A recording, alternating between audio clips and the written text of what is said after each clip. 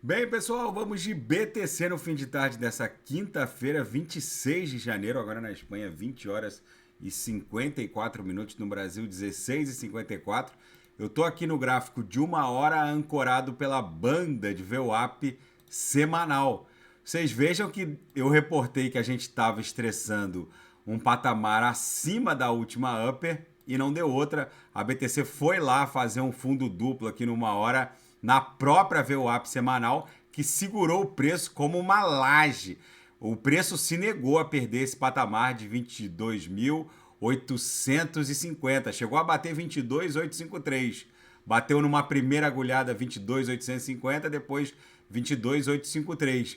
Os trades no intraday acabaram sentindo, mas todos fecharam no lucro. A gente, quando perdeu a última lower aqui, a gente começou a dar os sinais no copy trade na sala e ela seguiu esgarçando, mas o retorno à VWAP era uma certeza estatística e foi lucro no bolso dos assinantes. Acabou indo longe, né? Chegou a estressar a primeira upper aqui na nossa banda no intraday. Agora eu estou nos 5 minutos, esse gráfico é o de 5 minutos.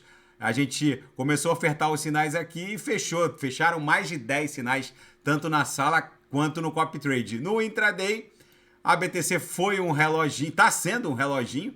A gente segue desenhando a nossa onda 3 aos trancos e barrancos, porque a gente foi lá na VWAP semanal numa hora prestar continência, mas é uma movimentação normal. Mas estamos desenhando ainda mais um candle comprador com o corpo real ascendente em relação ao corpo real de ontem, dia 25 de janeiro. Então segue o game, o nosso target para essa onda 3 segue em 25 mil dólares, aqui vai corrigir para algo próximo de 23.700, depois explode em direção a 30 mil dólares.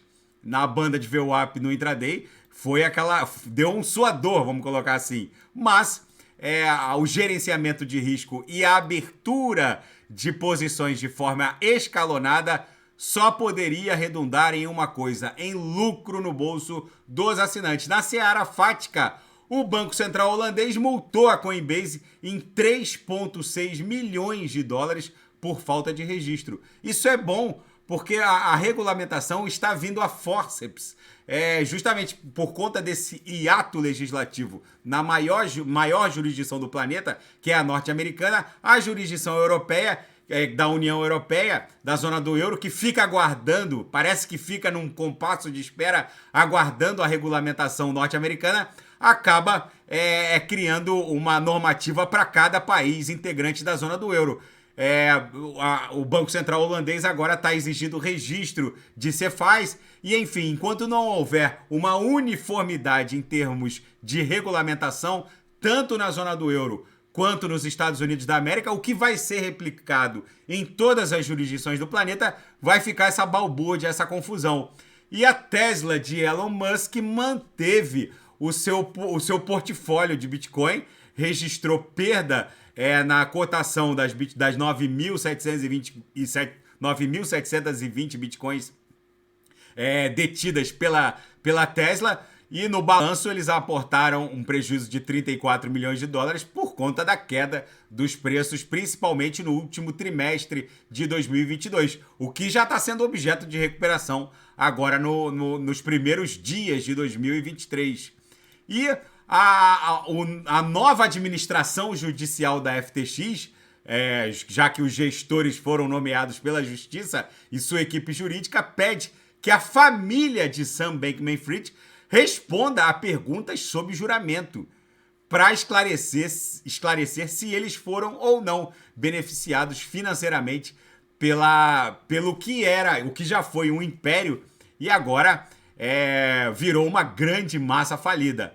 Enfim, esse imbróglio jurídico processual ainda vai se arrastar por muito tempo. E a economia dos Estados Unidos não parece que está tão boa quanto sugere o PIB do último trimestre de 2022. Apesar do crescimento, a trajetória é descendente e vem um período difícil. A liquidez está sendo secada pelo Banco Central norte-americano e os analistas dão conta de que a trajetória descendente vai impor um encolhimento do PIB para 2023. Vamos ver como vai se desdobrar. O fato é que, apesar dos bons números do último trimestre de 22, o fato é que os economistas estão prospectando que essa trajetória ascendente vai impor e pontificar uma recessão nos Estados Unidos da América. O FBI interrompeu um grupo hacker de ransomware, Hive, que invadia empresas, criptografava o conteúdo em nuvem de corporações empresariais e depois pedia resgate. Enfim, esse tipo de atividade de hackers totalmente ilegal é comum nos Estados Unidos, e esse grupo foi responsável por uma série de ataques e agora as suas atividades acabaram sendo desmanteladas pelo FBI. E a próxima crise demográfica da América do Norte é uma má notícia para empregadores e para a economia norte-americana. A taxa de natalidade nos Estados Unidos está caindo de forma vertiginosa, em que pese o avanço da inteligência artificial, o avanço da robótica, o fato é que muitas atividades ainda dependem de seres humanos. E pode haver aí um indício forte de uma próxima crise. O fato é que a tecnologia vai avançando rapidamente e a robótica, principalmente, vai substituir muitos postos de trabalho, mas os economistas e analistas estão alarmados com a queda abrupta do crescimento demográfico norte-americano. Na verdade, todo o planeta está sofrendo um colapso demográfico. O último continente que vai suportar um colapso demográfico é a África, mas até a África, lá por 2080, 2090, também vai demograficamente colapsar. A China já está colapsando, tanto é que a Índia já ultrapassou. Só falta o reconhecimento oficial, mas analistas dão conta de que a Índia já ultrapassou a população chinesa.